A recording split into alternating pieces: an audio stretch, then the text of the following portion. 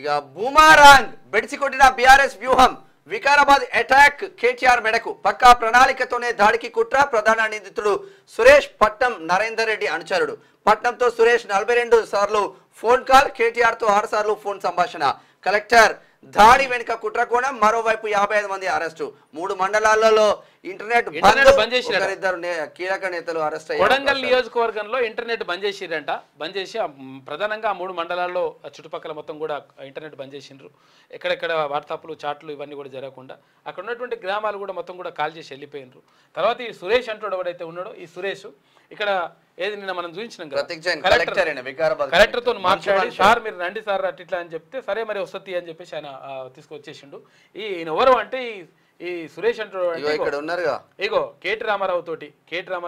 రాళ్ళు కొట్టున్నాడు తర్వాత ఇక్కడ ఇగో ఈయన తోటి ఉన్నాడు ఈ నరేందర్ రెడ్డి కేటీఆర్ తోటి నరేందర్ రెడ్డి తోటి అందరితోటి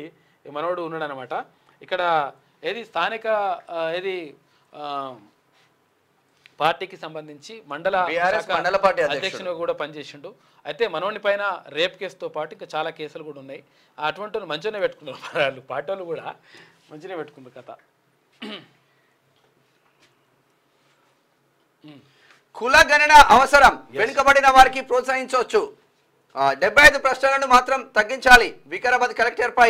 ఆవేదనతోనే దాడి ఫార్మాసిటీపై ప్రభుత్వం పునః సమీక్షించుకోవాలి సిపిఐ జాతీయ కార్యదర్శి నారాయణ అసలు యాక్చువల్గా ఆవేదన ఉన్నది వాస్తవం కానీ దాడి చేయడం మాత్రం కరెక్ట్ కాదు ఎందుకంటే ఫార్మాసిటీ పెట్టడం మాత్రం కరెక్ట్ కాదు అక్కడ కాకపోతే ఆవేదన ఉన్నది ఓకే కానీ దాడి చేయడం మాత్రం కరెక్ట్ కాదు కులగణన అవసరం అని చెప్పేసి ఆయన ఎవరు మన నారాయణ గారు కూడా అంటున్నారు 100% కులగణన చేయాల్సిందే చేసి తీరాల్సిందే మీరు తెలుగులో అనర్గళంగా రాయగలరా స్పష్టంగా మాట్లాడగలరా